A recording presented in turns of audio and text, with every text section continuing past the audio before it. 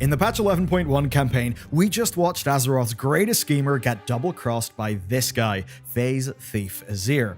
So we cornered Gallywix, then the Dark Heart was ripped from his fingers.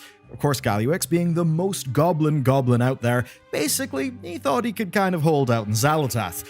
And at first glance, it sure looks like this was just Xal'atath pulling in her debts and sending this Phase Thief dude to do the dirty work. That's at least what Illyria thinks right now, but is there something else going on? Is Phase Thief Azir now holding the Dark Heart over Xal'atath? Is there a conspiracy? Is something going on? The answer there is clearly yes. You see, an ethereal conspiracy has been playing out in the minor stories of every expansion since Legion. From the Trial of Style to the Brawlers Guild, from Nerubar Palace to Undermine, something is going on, and today you're going to learn every beat of what right now is Warcraft's deepest mystery. And today's sponsor. There is such a quality of life upgrade and let you go from idea to done fast. It's Squarespace. Whenever I needed a job site to expand my team, well, guess where I went to? Squarespace. For the landing page for our game, I went to Squarespace, and that's because they make getting the job done simple, fast, cross-device, all while looking fantastic. You, of course, have got their award-winning templates that get you started off with a real strong foundation, and then design intelligence with Blueprint. Blueprint actually guides you through building your own template. It is so satisfying, and it means that if you're not a designer, well, that's okay, because they take care of it for you and they keep you on the right track. Their block-based editor makes then crafting the details of your website so simple so that you can focus on design and content. And if you want even more control, Fluid Engine does just that. It is so cool. You can granularly move things without it breaking on like an iPhone. It's so cool. And I gotta be real, even just saying this as an employer, I think that everybody should have a killer website that represents them. Number one, it's just a good creative thing for you to do. It's a way where you can try to represent yourself in the internet, and that will help you maybe hone your sell, hone your portfolio. It'll be great for jobs, all of that stuff, perhaps even your side hustle. Or if you're doing that, well, they have got e-commerce completely covered, right? They can do digital products, physical products. They'll hook up to your shipping provider. Now they support courses. They've got native video support, which can actually also be on courses, be membership videos. They do memberships. They do bookings. So if you're a hairdresser, there you go. If you're doing yoga, there you go. If you're coaching people in World of Warcraft, there you go. And the overarching point is this. They give you all the tools that you need to thrive online in one place, and they make it easy so that instead of tinkering around with things that don't move the needle, you can actually just build your site and start running your business, showing off your portfolio, whatever it may be. Now you can go to squarespace.com/Bellular Gaming and you can actually build your site with a free trial. There, just have fun, build your site. And when you're ready to send it live, you'll get 10% off your first purchase of a site or domain with code Bellular Gaming. Our journey begins at the end of the Legion expansion. That's where, of course, Illyria came back to the game, a long-rumored thing. And Illyria represents self-control of the Void. That's basically what Locust Walker taught her on Argus back through the story of patch 7.3. Now, in 7.3, we met the Shadowguard Ethereals. These were the group who were wholly consumed by the Void. Locust Walker highlights them as an example of what had happened to every other Ethereal who tried to master the Void. Every other Ethereal. Locust Walker basically saying, I am the one who is in control, I know how to stay in control, and basically he's been teaching that to Illyria, likely because he has some sort of idea of how she's going to be useful in the future. Now, this began a mystery, and it dovetailed into the story of the Void Elves. Returning to Azeroth, Illyria found Magister Umbric and the Void Elves, who basically had been dabbling in the Void. They were punished, and that led to them being banished. So Illyria takes them to Telorgus Rift. It's supposed to be a safe place where they can all learn, study, master the Void together, all under the tutelage of Locust Walker. And it's in this location that our mystery truly begins, because all of this happened under the watchful eye of an other Ethereal. And even if you play a Void Elf, you probably missed her. Cast your eyes to a distant rock and fleetingly, you could spot an onlooker. You would see this, a Void Ethereal named Shadreen. She was entitled The Watch. And with her identified, our whole mystery begins, and at this point it would actually progress quite rapidly. That's because back in Silvermoon, the Trial of Style had kicked off. It was bringing together the most well-dressed adventurers of Azeroth, but not actually for the reason that they thought. That's because after the competition, the announcer scurried off to report the outcome to someone. And that is a conversation that we are able to drop in on. And when we do, we see that once again, it's Shadreen. Shadreen thanks the people running the Trial of Style for what they've done, and she says that her master will be pleased. Yes, her master. So what have we learned here? Well, we've learned that at the end of Legion, a mysterious void ethereal called Shadreen began to watch the Void Elves and began to collect reports on the arms and the armor of Azeroth's finest, and that it's all in the service of some form of master. And as it would turn out, this was only the beginning, because it's one thing to study what we wear, it's another to watch us fight. In an empty stretch of the Deep Run tram, you will find Bismo's Brawl Pub, which is Azeroth's fight club. There were 3 seasons of competition that were held without a hitch, really, but then Season 4 happened. It was interrupted, though, by a murder, because one day we come in and we find the corpse of Quartermaster Quackenbrush.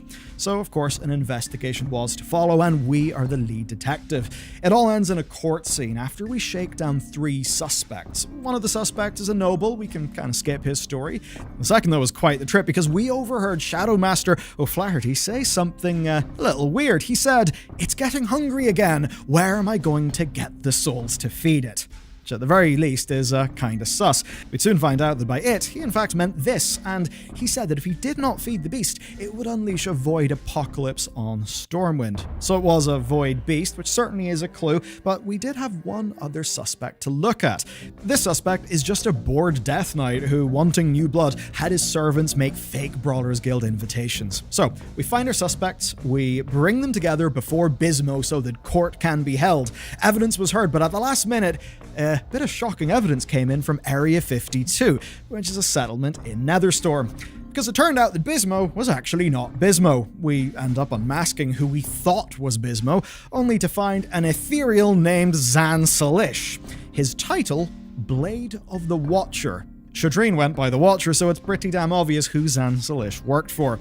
Now, he tells us that his master would be pleased with the information he had gathered at the guild, which again is another nod to there being some mysterious master. Then, he would serve as our final challenge in the arena for Season 4 of the Brawlers Guild, and upon his death, we found this. This is the shadow-scrawled tome, and within it, we found his orders. You are my eyes when my eyes are elsewhere. See everything, remember, record, report. The way they move, the way they fight, their choice of armor, their taste in weapons. So that's his orders, and we basically know what they're studying.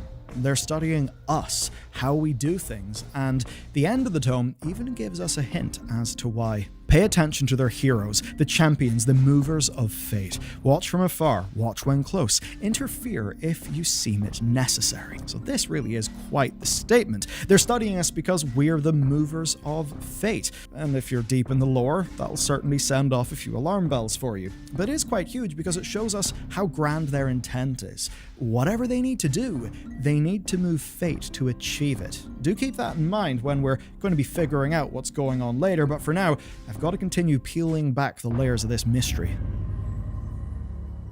It actually wouldn't be long till we'd next find another odd ethereal.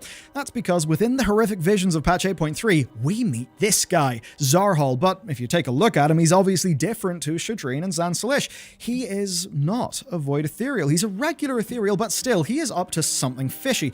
That's because he tells us, your efforts within these visions have captured our attention. We too seek to extract power from the mind of N'Zoth. We too, our attention. Who's the our? Who's the we're? So clearly, this guy is working for someone, and specifically, he's trading us corrupted mementos in return for Black Empire artifacts, which are powerful essences from the mind of an old god, in this case N'Zoth. Now, we cannot link this guy to Shadreen. It certainly would be easier if he was a void ethereal, but we know that he's harvesting up some powerful stuff. I mean, if you just take a look at the recent story, we followed Xalatath around as she's collected similar power from old god blood. So, if Zarhal is working for Shadreen, it does point to some sort of coalition of void and non-void ethereals. Could actually begin to make sense, as you'll see soon, but before that, there is one final, perhaps even last for a long time, interaction with Shadreen. This is one that I'm fairly sure is going to be paid off in the next patch, or perhaps in Midnight. Soon after Horrific Visions, we of course went to Shadowlands, and the one bit of the Shadowlands that most people did end up liking was the broker culture, which looked pretty damn similar to the Ethereals. But still, with Dragonflight, we really couldn't see any of that pushing forward. We thought it was going to be something completely different. And it was, but Blizzard did not forget about the ethereals. They did not forget about the specific ethereals that I've been talking about with you today. Because a few weeks in, we began to start seeing coins in our adventure guides. First, we got a copper. The next week, we got a silver, then a gold, and finally, a purple. Yeah, a purple coin. This was called the Shadow Scrawled coin. Now, remember with Zan Salish, we found on him a Shadow Scrawled tome. So, quite clearly, this Shadow Scrawled coin came from the same place. It also came with a message. Here's how it reads. Thank you for the opportunity to observe you. The information I have gathered has been illuminating, to say the least. This will be my final gift for now. And of course, it would be a while. We've not seen or heard from Shadreen since. But what this absolutely was a message from Shadreen telling us that this is really the last time that she'll be interfering with our affairs and observing us in the way that she had been. No more Trial of Style or Brawlers Guild shenanigans. Whatever her plan was, whatever it is, it progressed to the next phase. And that is what brings us to the War Within and the present day. Ansarek usurped her mother and enslaved her kingdom to the Void once again, so it was little surprise when we went to her palace and we found a Void ethereal called Kaivessa, who ended up becoming one of her top advisors. But then we all took a look at Kaivessa's kit, and it was clear that she had a bit of a darker purpose. She used abilities like Queen's Bane and Assassination. Her dagger was called Regicide, and the flavor text of her poison literally says fit for royalty. That meant that her target was obvious. Queen Ansarek. And at the time, we of course thought that all Void Ethereals, with the exception of Locust Walker, were Team Xal'atath. And that meant we all thought that Kaivessa was Xal'atath's contingency plan in case Ansarek betrayed her. But then things get a little bit strange. They get strange in a way that'll make patch 11.1's ethereal featuring storyline actually land for you, so listen up. If you kill Kaivessa, and you're lucky, you may get a trinket called the Treacherous Transmitter. And it's a bit odd because, yes, it has got an effect that'll give you more throughput, but also it will occasionally spawn an NPC. The NPC is called an Ethereum Void Reaper. Void Reaper, all one word. Let's break that word down. Reaper means harvest crops. The Grim Reaper harvests his crops, us. Insert some sort of offensive joke about why the Reaper drone is called the Reaper drone. But the point here is that a Void Reaper reaps the void, targets the void. But of course, the Ethereum Void Reaper is a Void Ethereal, as is Kaivessa. And that's where things are a bit weird, and it's where we start to think, because the first part of its name is Ethereum. You might be thinking of a cryptocurrency, but what this actually tells us is basically who Kaivessa, Zan Salish, and Shadreen, perhaps even Zarhal, are working for. You've likely fought the Ethereum before. They're all over the story of the Burning Crusade, and here's the TLDR of them. After the exodus from Karesh, Nexus King Shalhadar swore revenge against Dementius, who was the Void Lord responsible for the fall of their homeworld. And he very much wanted revenge at any cost. That included trying to turn the Void against itself, which, as Locust Walker would say, was rather foolish and rather doomed.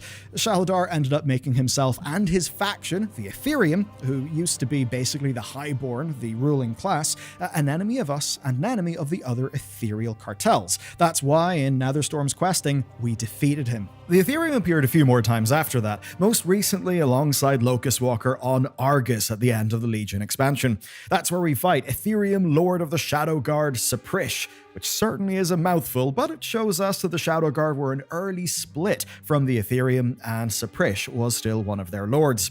When we defeated him, Locust Walker took his staff, and that's actually a storyline that we've yet to see resolve. But worry not, because as we've just seen in-game, all of this ethereal mystery is hitting us right now.